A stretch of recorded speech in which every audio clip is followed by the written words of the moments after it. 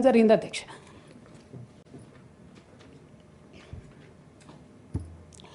కానీ ఎక్కడ కూడా నేను తెలంగాణ బిడ్డలని తెలంగాణ ప్రజల్ని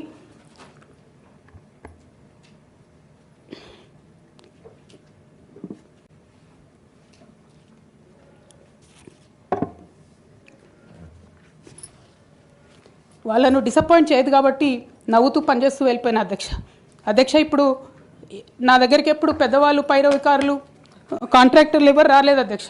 నేను ఎప్పుడు కూడా పేద ప్రజల మధ్యలోనే ఉండి పనిచేస్తున్నాను అధ్యక్ష.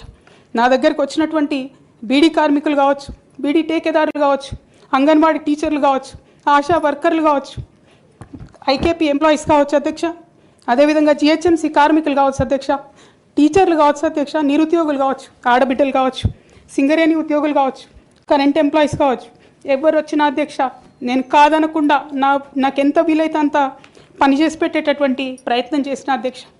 అయినా సరే అధ్యక్ష, పార్టీ మౌత్ పీసులుగా ఉండేటటువంటి పార్టీ పేపర్లు, పార్టీ ఛానళ్ళు ఏ ఒక్క